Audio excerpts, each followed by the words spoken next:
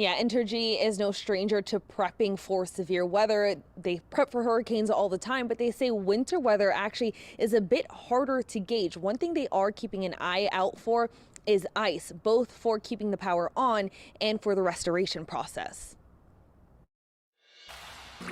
Cold weather is on the way, and Entergy is bracing for impact. It's not a lot different than what we do for hurricanes. Entergy Louisiana's Vice President of Customer Service, Nika Scott, says they're preparing like they would for a hurricane, staffing up, getting damage assessment teams ready, and checking in with other utilities. We also have set up command centers across the state where we know the areas are going to be impacted the most. While they're prepping like it's a hurricane, Scott says the winter weather can bring some different challenges. And half an inch of ice on a power line can weigh it down by 500 pounds. I mean, that's a lot of weight on the line, right? So it can cause lines to snap. They say some winter-specific preps include insulating power plant equipment so they can withstand lower temps and draining piping to prevent standing water from freezing.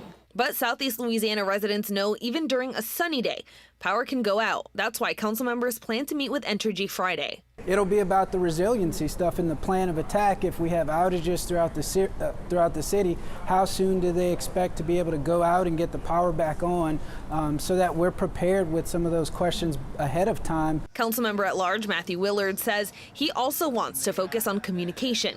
Last summer, MISO, the regional grid coordinator, directed Entergy to load shed, and more than 100,000 customers on the North and South Shore were in the dark with no warning. With much of the country under extreme winter weather threats, could that be an issue?